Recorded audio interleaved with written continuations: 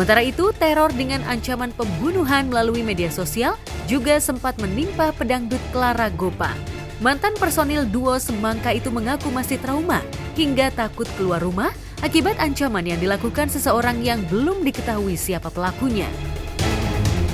Terlapornya kita belum tahu, justru kita nggak tahu itu, kita minta polisi untuk usut tuntas ini perkara. Karena psikisnya dia, mentalnya dia sangat terganggu. Apalagi ini kan dia lagi persiapan untuk syuting film.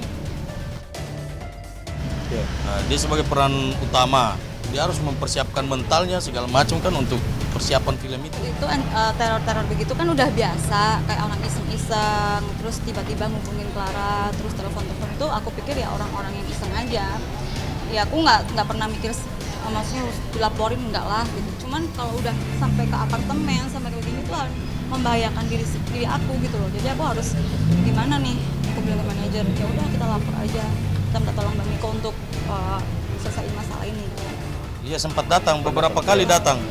Ada badan gede-gede, security bilang bahwa ada badan gede-gede, pembantunya juga ngomong, ada badan gede-gede, tanya Mbak Clara di mana. Nah, terus bilang jangan macam-macam, ada ancaman-ancaman begitulah. Ya, nah ini yang memberatkannya di sini nih, ini ancaman pembunuhannya gini. Jika kamu tidak dengan saya, lebih baik kamu tiada. Ini ancaman hukum, ancamannya di situ. Ancaman pidananya. Artinya dia mengancam untuk membunuh seseorang. Nah, di samping itu memang juga ada teror-teror berupa datang ke apartemen, datang mengancam pembantunya, mana Clara. Yang lain juga melalui security, juga tanya di mana Clara dan sebagainya. Begitu di telepon, teleponnya udah mati.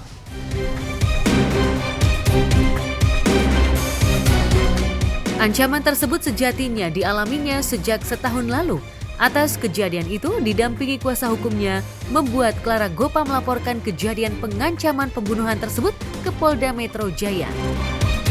Udah sampai ke apartemen, sampai kayak gini tuh membahayakan diri aku gitu loh. Jadi aku harus gimana nih? Aku bilang ke manajer, ya udah kita lapor aja. Kita minta tolong Bang Niko untuk selesaiin masalah ini. Tahun yang lalu sih ya, udah setahun, cuman teror-teror biasa aja.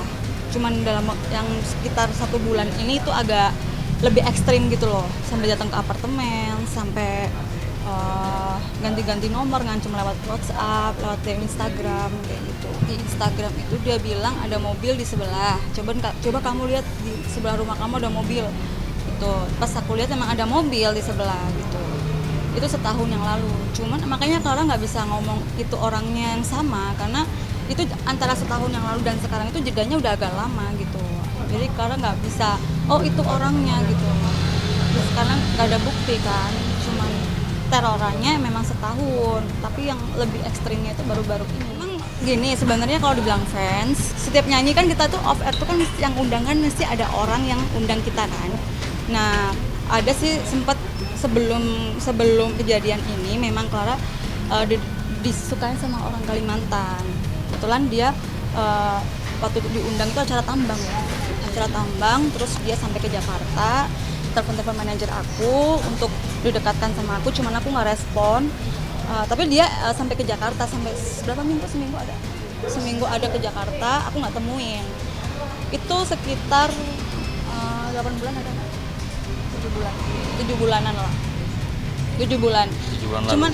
Cuman Clara nggak bisa mastiin ke orang ya kan, karena nggak ada buktinya gitu.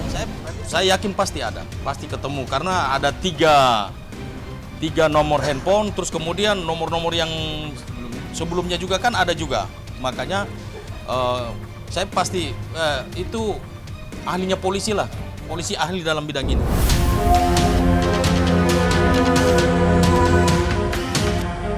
Tak hanya itu, akibat teror yang sejak lama membuat Clara Gopa drop hingga dilarikan ke rumah sakit. Kondisi kesehatannya pun sempat dikabarkan memburuk karena memikirkan teror dan pengancaman yang dialaminya itu. Menurut kuasa hukumnya, ancaman serius yang dilakukan orang tak dikenal yang dilakukan di sosial media itu sangat mempengaruhi kondisi fisik dan kejiwaan kliennya. Alhamdulillah udah mulai stabil, udah mulai normal lagi. Cuman ya masih waspada banget lah. Mau kemana-mana jadi takut kayak gitu. Tapi Kang Lada sendiri kenal nggak dengan orang ini? Sama sekali enggak. Karena kalau kita tahu pun ya pasti kita nggak akan setakut ini kan. Karena kita nggak tahu ya kayak gini. Jadi kayak parno sendiri kalau mau kemana-mana jadi takut sama orang. Tak hanya berakibat mengalami gangguan mental yang membuat Clara hingga sempat menyakiti dirinya sendiri dengan meninggalkan luka yang membekas di bagian tangannya. Teror dan pengancaman yang dialami pedangdut kelahiran Malang 25 Mei 1993 itu juga membuat dirinya mengalami kerugian material cukup besar lantaran beberapa job yang sudah ditandatanganinya terpaksa dibatalkan. Masih ada bekasnya sampai kayak gitu. Ada balas. Dan teror itu masih berjalan sampai sekarang?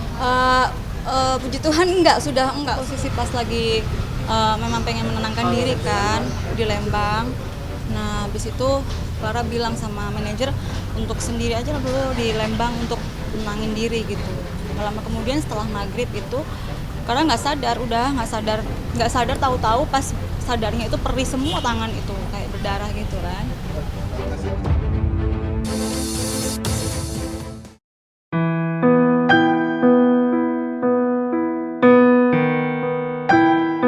Sementara itu, kisah pilu dialami Nenek Enin saat menjalankan ibadah haji di Tanah Suci beberapa waktu lalu. Diketahui saat memutuskan pergi haji, Nenek Enin berangkat bersama sang suami Ahmad Kosasi. Namun takdir ternyata berkata lain. Nenek Enin pulang haji sendirian tanpa didampingi suaminya yang wafat saat menjalankan ibadah haji.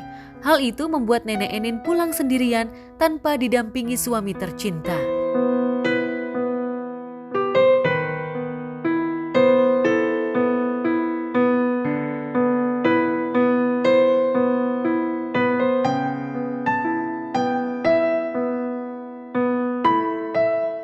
Ya aku benar-benar sedih banget karena kemarin muncul terus di itu aku di di handphone aku ya, di aplikasi yang video-video itu ada jemaah haji, dia berangkatnya suami sama istri, terus tiba-tiba pas udah pulang cuman ibunya ceweknya, ibunya nenek itu benar-benar sedih banget karena si kakeknya itu meninggal di sana. Karena pas disambut, pas dia turun dari bis itu keluarganya bener-bener nyambut yang sedih banget, dan itu kayak dikasih narasi gitu ya, berangkat berdua pulang sendiri. Dan aku sih iri dalam arti kayak pengen dia meninggal di Mekah gitu kan, karena otomatis kan katanya kalau dijanjikan meninggal di Mekah insya Allah dosa kita bakal dihapuskan, dan insya Allah pasti bakalan mati syahid dan juga bakalan dijamin akan masuk surga. Itu bener-bener real iri di dalam kehidupan. Aku ngeliatnya antara sedih, tapi gimana lagi kan, namanya manusia, pada akhirnya kan kita bakal sendiri dan pada akhirnya kita bakalan meninggal juga. Pastinya sedihnya minta ampun ya, karena kan mereka niatnya berangkat haji berpasangan ya kan, tiba-tiba suami harus meninggal. Itu jalan ceritanya seperti nenek dan kakek aku juga harus meninggal di Tanah Suci pada saat naik haji. Tapi kan di Al-Quran juga dibilang ya, kalau kita ibadah terus sampai kita meninggal juga insya Allah masuk surga. Ya paling kita mendoakan sebagai keluarga ataupun teman ataupun kita mendengar kabar seperti itu, mendoakan semoga arwahnya diterima Allah Subhanahu Wa Taala, apalagi meninggalnya dalam keadaan suci.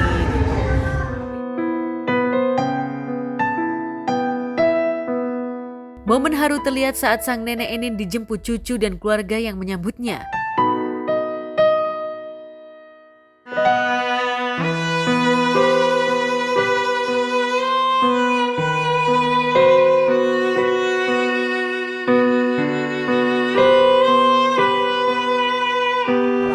Bilang yang kayak ibu sabar, dan dia benar-benar tegar banget sih pas keluar dari bis nyampe Jakarta, nyampe Indonesia, dibopong gitu, dituntun sama anaknya. Ya aku cuma bilang kayak Masya Allah, kalau Anwar ada di posisi itu pasti sedih banget, yang manusia kan, kayak mudah-mudahan ibu dikasih panjang umur, dikasih kesehatan, tinggal melanjutkan perjuangan si suaminya di Indonesia gitu. Di satu sisi, si istri yang mendapatkan suaminya wafat di Tanah Suci tentu pasti mendapatkan kesedihan, begitupun keluarga yang ditinggalkan.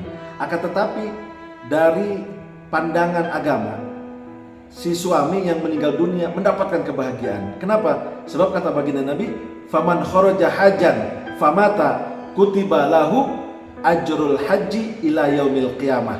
Baginda Nabi menyatakan orang yang keluar untuk berhaji lalu dia mati dan mendapatkan kematiannya di tanah suci, maka ibadah hajinya akan diberikan ganjaran sampai hari kiamat. Dan orang yang meninggal di tanah suci pasti dia akan diberikan oleh Allah sesuatu yang sangat bermanfaat untuk bekal akhirat. Yang pertama sudah pasti mendapatkan ampunan, sebagaimana yang dialami oleh sahabat Rasul yang ketika itu ingin berihram lalu dia terjatuh dari untanya. Sayyid Ibnu Abbas mengatakan Rasulullah lalu bersabda bahwa orang yang meninggal tadi jangan dimandikan, tetapi pakaikan daun bidara dan juga dia akan wangi semerbak. Ketika nanti dibangunkan, ketika nanti dibangkitkan di hari kiamat, dia akan wangi seperti kasturi dan dia akan dibangunkan, akan dibangkitkan dalam keadaan bertalbiyah atau bertakbir. Foto-foto kebersamaan almarhum sebelum dimakamkan di Tanah Suci dibagikan ke pihak keluarga melalui pesan singkat. Unggahan video tersebut disambut beragam komentar dan doa dari warganet.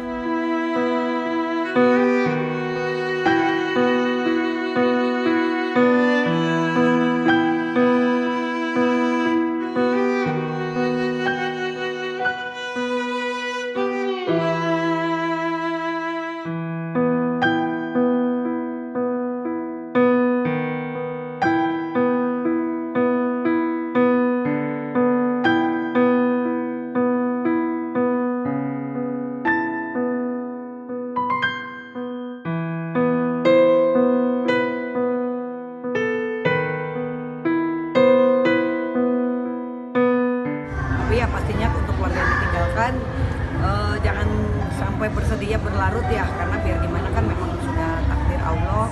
Ya meninggal di tanah suci itu sih menurut aku sebuah kebanggaan juga ya, karena kita ya ibaratnya gini, meninggal kan bisa dimanapun, tapi kalau yang namanya ketika kita lagi ibadah itu insya Allah pintu surga di depan kita.